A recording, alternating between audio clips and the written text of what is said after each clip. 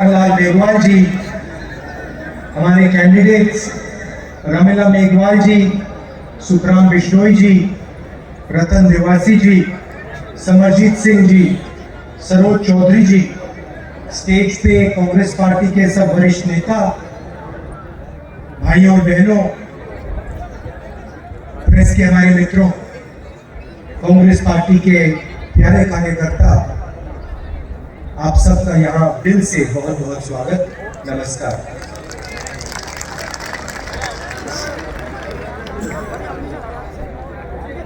तकरीबन 1 साल पहले मैं कन्याकुमारी से कश्मीर तक पैदल चला। भारत जोड़ो यात्रा में लाखों लोग एक साथ मिलके चले। यात्रा में एक बहुत अच्छा सुंदर नारा चला, नफरत के बाजार में मोहब्बत की दुकान। मतलब एक लाइन में कांग्रेस पार्टी का पूरा जो मतलब है वो यात्रा में से एक लाइन में निकल आया। बीजेपी नफरत फैलाती है, नफरत का बाजार चलाती है, और हम नफरत के बाजार के अंदर मोहब्बत की दुकान खोल देते हैं।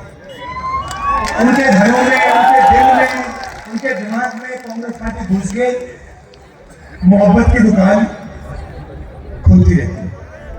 और यही लड़ाई राजस्थान के चुनाव में है। एक तरफ नफरत, हिंसा, दूसरी तरफ मोहब्बत, न्याय, आदत, ये लड़ाई है। अब सवाल उठता है कि बीजेपी को, आरएसएस को नफरत फैलाने से, हिंसा फैलाने से क्या फायदा मिलता है? कुछ ना कुछ फायदा तो होता है। जब जेब कतरे किसी का जेब काटते हैं तो सबसे पहले वो क्या करते हैं, बता सकते हैं आप? मान लो 2 जेब कतरे किसी का जेब काटना चाहते हैं तो सबसे पहले क्या होता है? पहले एक जेब कतरा ध्यान इधर उधर करेगा, है ना? पहले वो आएगा, उसका पार्टनर जो होगा वो आएगा, कहेगा भैया उधर देखो, या बातचीत में लगा देगा, और पीछे से उसका दोस्त आएगा, प्लेट से जेब काट देगा, पैसा निकाले जाए। तो ये बीजेपी के लोग जो हैं, ये आपकी जेब काट रहे हैं। मोदी जी आपका ध्यान इधर उधर कराते हैं और अडानी पीछे से ठप मार के भाग जाते हैं। आपको पता भी नहीं लगता। कभी कभी आप देखते हो टीवी पे नरेंद्र मोदी भाषण दे रहे हैं, कभी कभी वो अमिताभ बच्चन शाहरुख खान को नचा रहे हैं, कभी ऐश्वर्या राय आ जाती है, वो नाचना शुरू कर देती है, कभी क्रिकेट की बात होती है, कभी हिंदू मुस्लिम की बात चलती है, और आप लोगों का ध्यान इधर उधर जाता है। भाइयों बहनों, लक्ष्य इनका एक ही है, आप में से पैसा कैसे निकाला जाए और वो अदानी जैसे अरबपतियों की जेब में कैसे डाला जाए, ये लक्ष्य। और आज मैं आपको थोड़ी गहराई में ये बताने आया हूं, ये समझाने आया हूं, ये इनका खेल कैसे चलता है।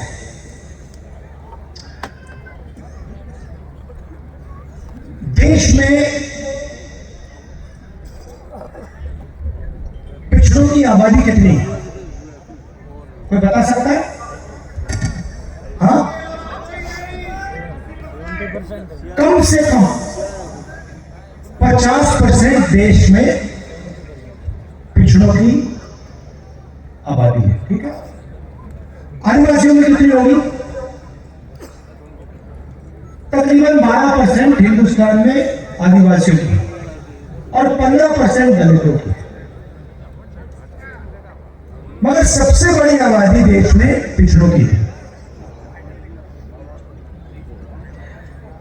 अपने हर एक भाषण में पहले नरेंद्र मोदी आते थे, कहते थे मैं ओबीसी हूं। याद है आपको? याद है? हाँ, क्या पनौती पनौती पनौती, वो अच्छा भला वहां पे, अच्छा भला हमारे लड़के वहां पे वर्ल्ड कप जीत जाते, और वहां पे पनौती हलवाइया। टीवी वाले ये नहीं कहेंगे, टीवी वाले ये नहीं कहेंगे, मगर जनता जानती है। तो पहले कहते थे मैं ओबीसी हूं, हर भाषण में ओबीसी, पिछड़ा हूं, पिछड़ों का अपमान किया, मेरा अपमान किया, मैं पिछड़ा हूं। मैंने पार्लियामेंट हाउस में जाति जनगणना पर भाषण किया और मैंने कहा देखिए मोदी जी, देश में पिछड़े लोग कितने हैं यह पता लगाना है। जाति जनगणना को जल्दी से जल्दी कर देना चाहिए।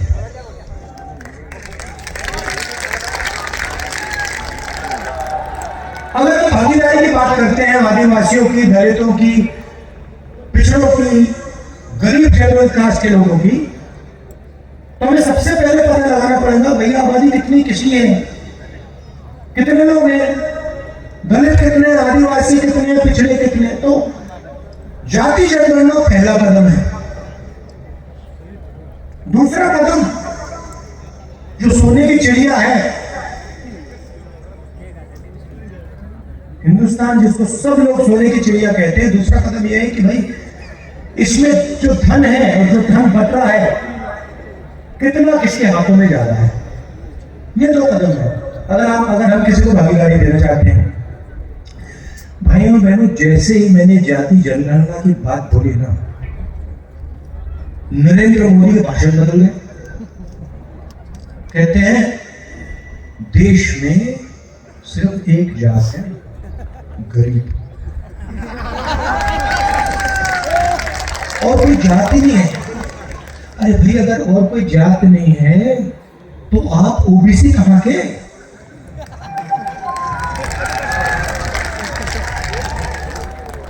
जैसे ही ओबीसी वर्ग को सचमुच में भागीदारी देने का समय आया, नरेंद्र मोदी और आरएसएस कहते हैं देश में कोई जात नहीं है, सिर्फ गरीब है। चुनाव जीतने के लिए 24 घंटा कहते हैं मैं ओबीसी। 12,000 करोड़ का हवाई जहाज में होते हैं, हर रोज नया कपड़ा पहनते हैं। कभी देखा आपने नरेंद्र मोदी को? हर घंटा, हर 2-3 घंटे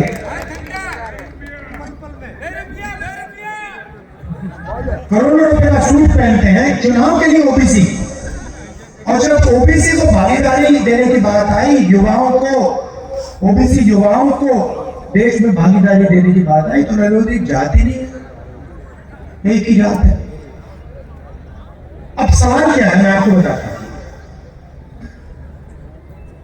सवाल यह है कि देश को चलाने में ओबीसी, दलित, आदिवासियों की कितनी भागीदारी। अब आप जानते हो कि देश को आईएएस अफसर चलाते हैं। किसी भी बच्चे से आप पूछ लो, क्या बनना चाहते हो? कहेंगे भाई हम तो IAS में जाना चाहते हैं। क्यों? देश को वो चलाते हैं, हर बच्चा जानता है। 90 IAS अफसर दिल्ली की सरकार को चलाते हैं। MP नहीं चलाता, MLA नहीं चलाता। नरेंद्र मोदी हिंदुस्तान के प्रधानमंत्री 90 लोगों के साथ मिलकर सरकार को चलाते हैं। अब देख लीजिए बीजेपी के मंत्रियों का चेहरा देख लीजिए, पार्लियामेंट में आपको दिखेंगे। नरेंद्र मोदी जी उनको कोई काम नहीं देते, उनको वापस वहां बैठा रखा है, MP को, मंत्रियों को बैठा रखा है। असलियत में नरेंद्र मोदी और 90 लोग देश को चलाते हैं। तो मैंने पार्लियामेंट में सवाल पूछा, अगर OBC की भागीदारी है तो 90 में से OBC कितने, 90 में से दलित कितने, 90 में से आदिवासी कितने? OBC की आबादी 50% है, कम से कम 90 में से 45 OBC होने चाहिए।